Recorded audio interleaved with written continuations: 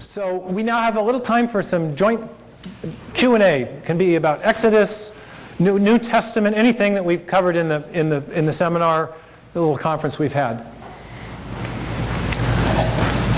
Yeah. For Moses, the word in your microphone or just... Thank you, Rebecca. The word Moses appears in Exodus, and the hieroglyphic word is explained there. It means drawn out of the water. So the question is, if they made this up in 300 BC or whatever that the liberal scholars say, how would they have known that Moses meant drawn out of water, and does it in fact mean that in hieroglyphics? We aren't exactly sure how to translate that into Egyptian. There are Egyptian words similar to Moses' name, which could have a similar meaning, but you could explain it away as someone writing it in, say, 600 BC that was familiar with the Egyptian language next door to them.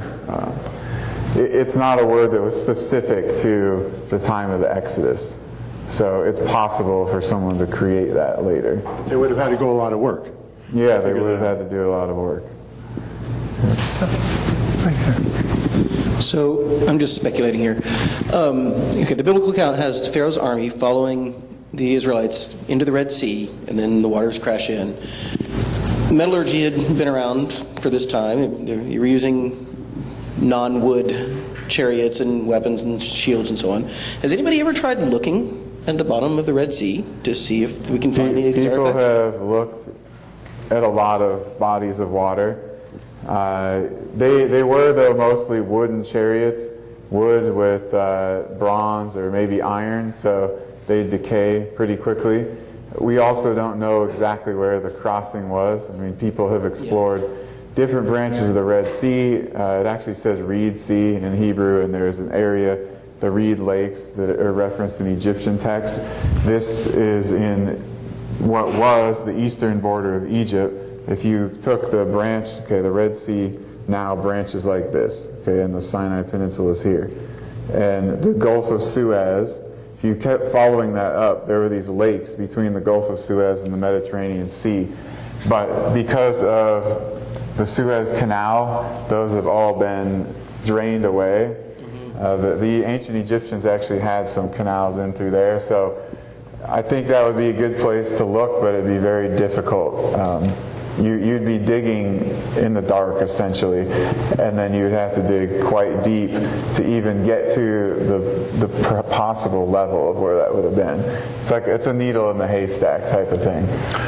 There's a lot of speculative theories out on the internet about different theories of the Exodus and the crossing site, and if you get us on the side, I can tell you some of the backstory. We've consulted on Exodus films.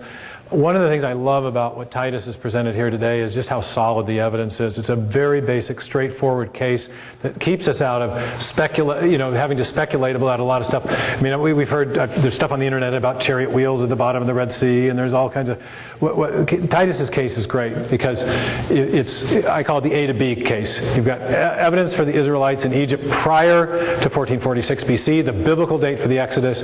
You've got evidence for the Israelites entering Canaan after 1410, really solid, both inscriptional and destruction evidence.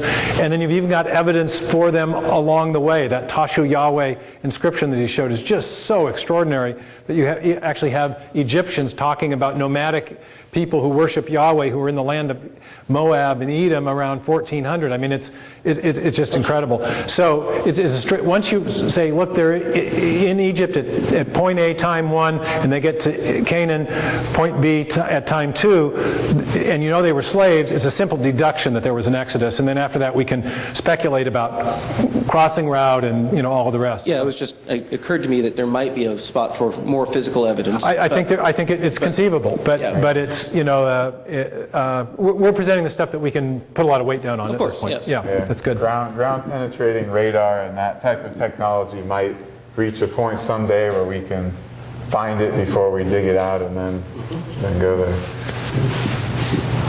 I was wondering if you would recommend the Archaeological Study Bible for people interested in this. I gave one to him. Okay. I found it and gave it to a friend in like 2006, and I don't know if it would still be considered mostly up to date or if it's been updated. Or It's pretty good.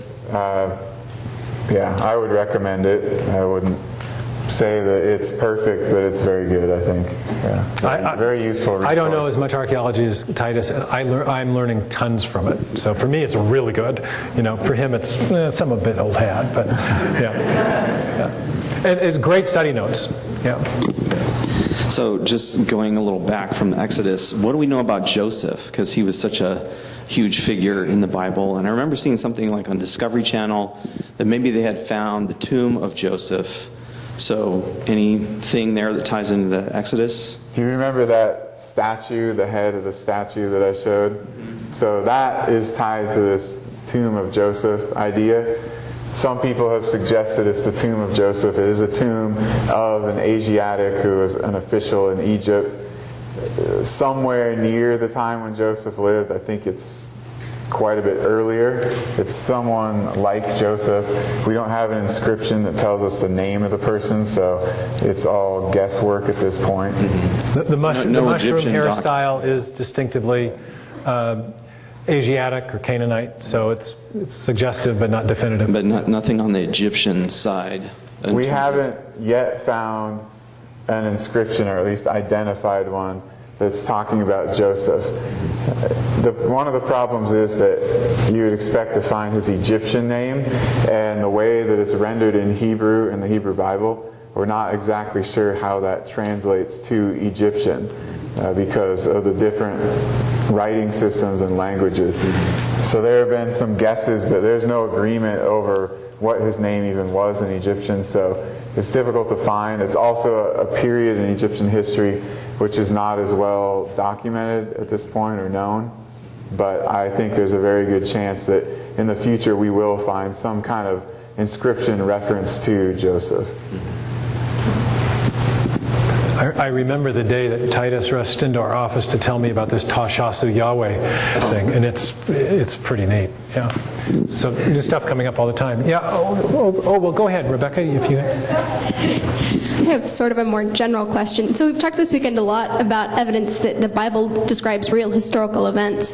What would you say to a secular scholar who looks at that and says, yeah, a lot of that, or even most of it, is historically accurate, but then takes out the divine references as just an expression of their culture and their beliefs, just like we would do with an Egyptian text or inscription? Well, the key point of offense in the Bible for someone, a secular scholar, would be, let me put it this way rather, what usually bothers people about the biblical text, once you present this kind of evidence, to say, yeah, but you've got all these miraculous events that are recorded, and aren't miracles impossible? Don't they violate the laws of nature? And if you have and there's a number of ways to delve into that question, but basically, if you presuppose a naturalistic or materialistic worldview, an atheistic worldview, then yeah, miracles are impossible. Because what is a miracle? It's a special act of God, right? But if there is a God, if you have good reason alternatively to think that God exists, then the prior probability of miracles changes. Miracles become possible. And then you really do have to look at the question of the historical reliability of the text to decide whether you think the documents are trustworthy overall. So I think the main reason that people have been skeptical of the Bible, dating back to the 19th century, was the rise of a naturalistic or materialistic worldview, which held that there is no God, that nature is all there is. And on that worldview, yes, miracles are impossible.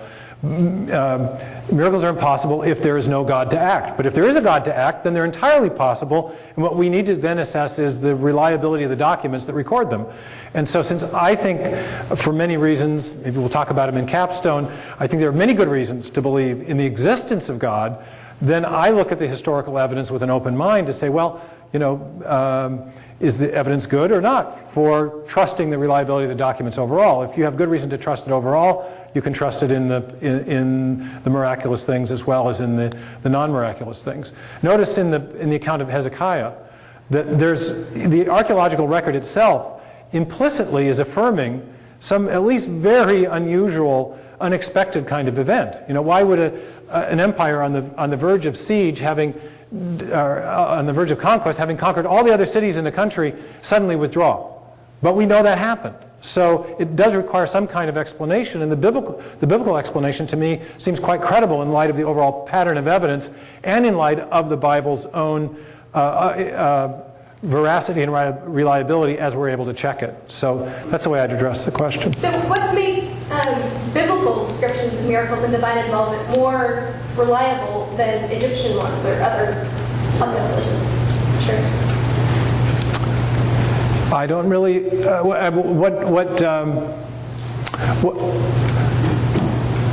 The overall reliability of the text of the Bible versus the overall reliability of Egyptian texts, which in those style are usually not even portrayed as being historical. They're things like magical spells, or it's a mythological story meant to explain a truth. Look at the creation stories in Egypt, for example. They all conflict with each other. That wasn't an issue for them. So the miracles that are displayed in those types of stories are usually much different than what we see in the Bible. You could look at some stuff in later Greek literature that would be more similar to New Testament, but for the ancient Near East, it's usually a lot different. I mean, you have this pattern of embellishment with events, with the kings and that sort of thing. Yeah. Other things, yeah. Do you have any favorite archaeological digs or sites that you've been to or studied? Some of my favorite ones that I've visited have been Karnak in Egypt. I also enjoyed seeing some of the cities in Revelation and in Paul's journeys, like Ephesus, for example, Jerusalem, of course. As far as excavations, I've dug mostly around Israel and the Palestinian territories, and Jerusalem's always exciting because there's history of at least 5,000 years there, and it's very tied to both Old and New Testament.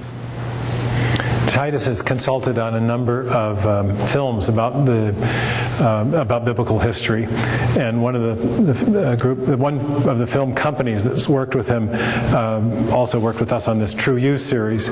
And I talked to the filmmakers, and they said, "Yeah, this guy Titus you sent us, he's something."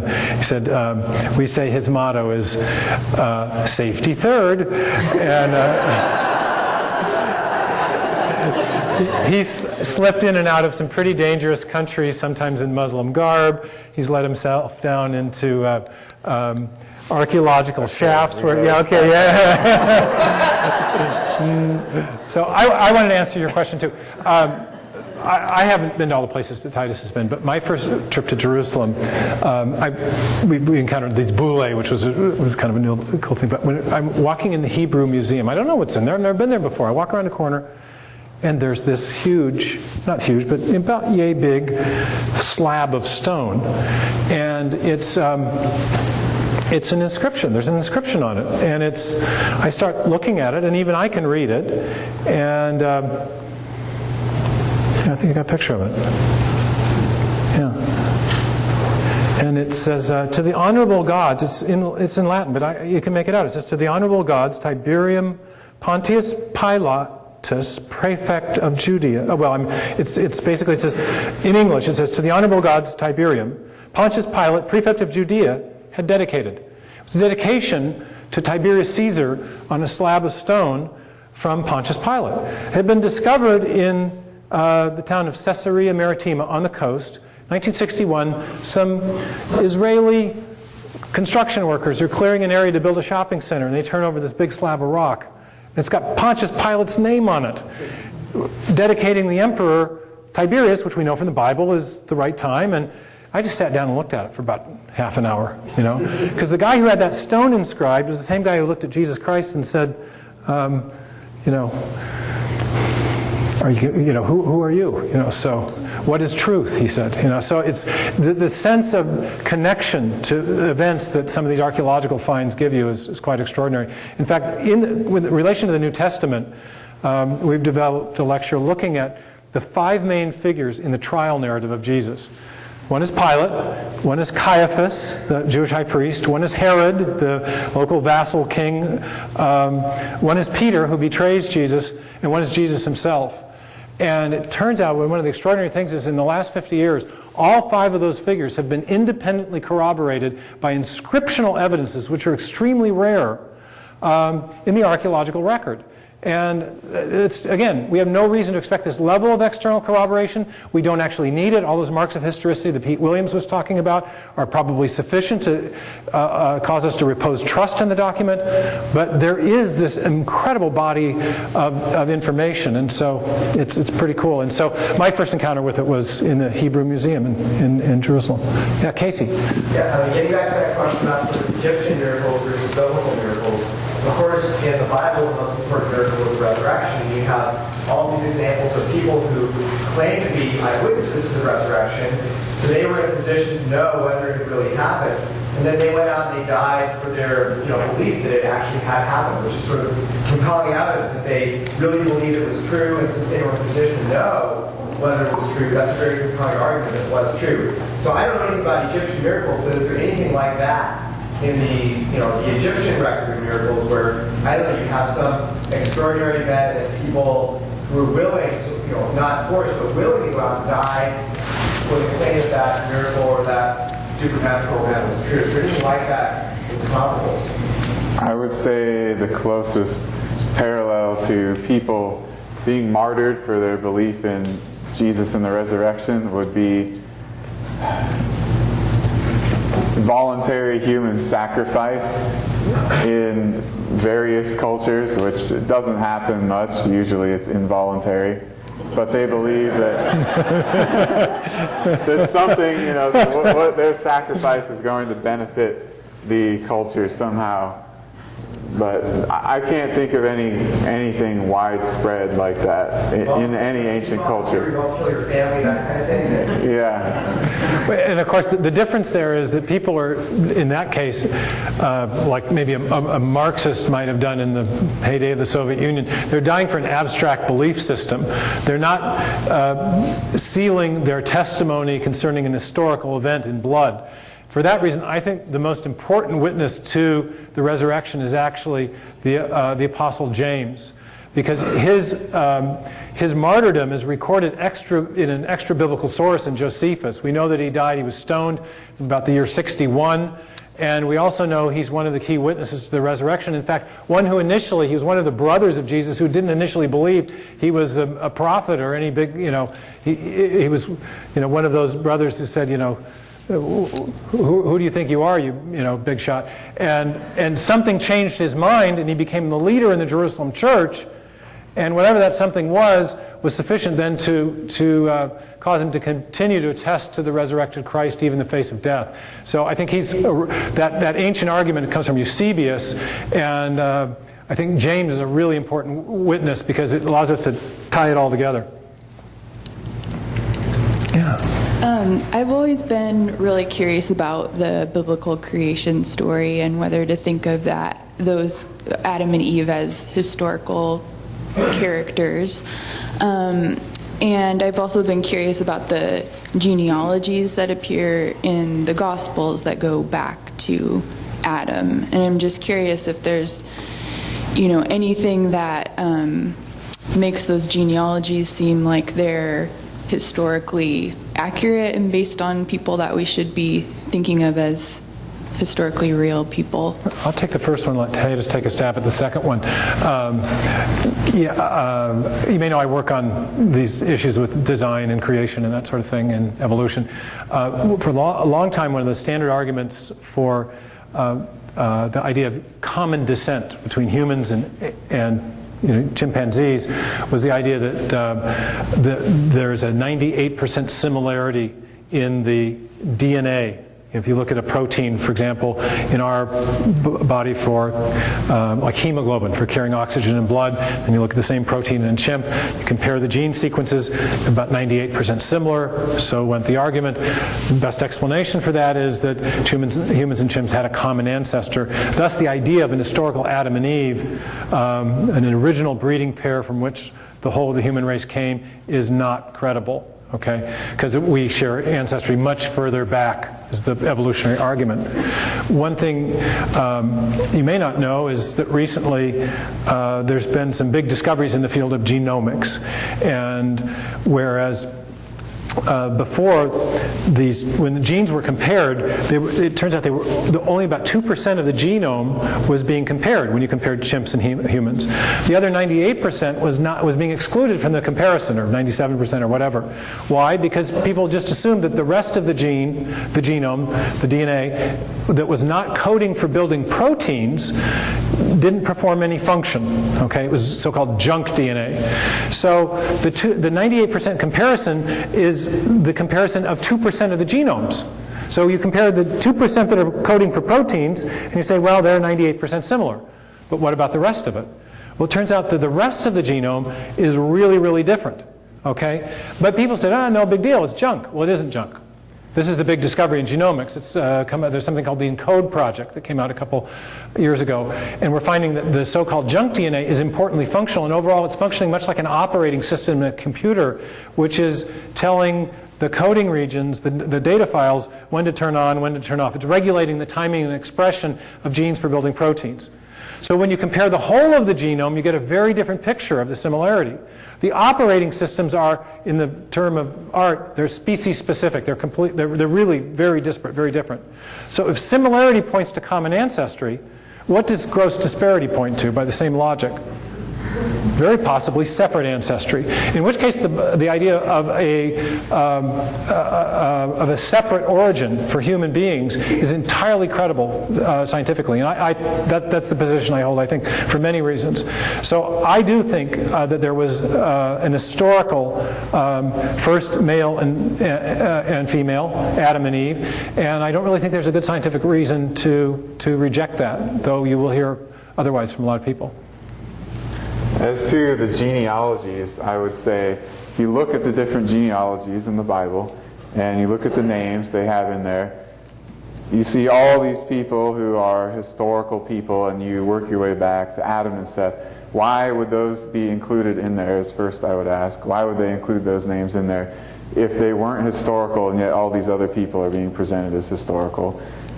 Whenever a genealogy is given, it's given for a specific person, for a specific purpose, to trace back to these people because there was a reason for it. So they don't need to create a fake name, because that doesn't really serve the purpose of showing this true ancestry, which in the course through the Gospels eventually shows the ancestry of Jesus. As far as Adam and looking outside the Bible for other attestations of him, I would say the closest evidence we have comes from some of the really early Mesopotamian creation stories, which they don't use the Hebrew word Adam or name Adam because they're not writing in Hebrew, but they talk about the original male human being created, and the gods, they say, create him with the clay or the dirt of the ground, and then they infuse into him the blood of the gods, which is their way, I would say, of God breathing his life into Adam. So they have the similar, or you could say almost the same, creation story of a single individual human. Adam is a generic word as well as a name, man. So I think you've got good arguments to say scientifically and historically that the Bible is referring to, yes, a real person, Adam, and that there's a tradition of his existence in the minds of the ancients too. Great. I think just out of respect for your time, we ought to call it a day, but we really appreciate your attendance, attention, and interest, and thanks so much for coming.